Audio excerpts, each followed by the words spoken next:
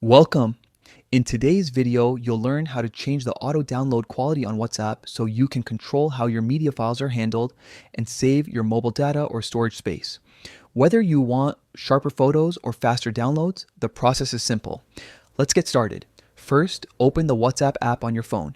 Make sure you're logged in and on the main chat screen. Next, look at the top right corner of your screen. You'll see three small dots lined up vertically. Tap on those dots to open the menu. From the list of options that appears, select Settings. This is where you can manage all your WhatsApp preferences. Now, in the Settings menu, find and tap on Storage and Data. This section controls how WhatsApp handles your files, data usage, and storage management. Once you're inside, scroll down until you see the option labeled Auto Download Quality.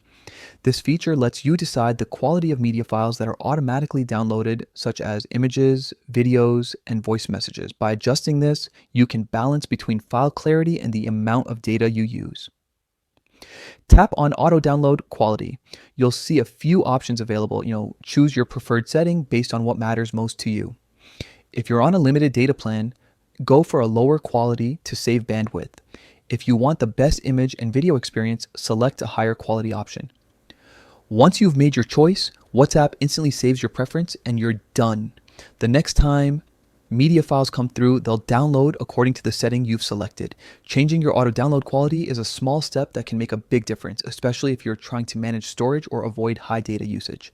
And that's how easy it is. Now, you know how to take control of your WhatsApp downloads with just a few taps. If you found this tutorial helpful, don't forget to like the video, share it with your friends, and subscribe for more quick and updated WhatsApp guides. Thanks for watching.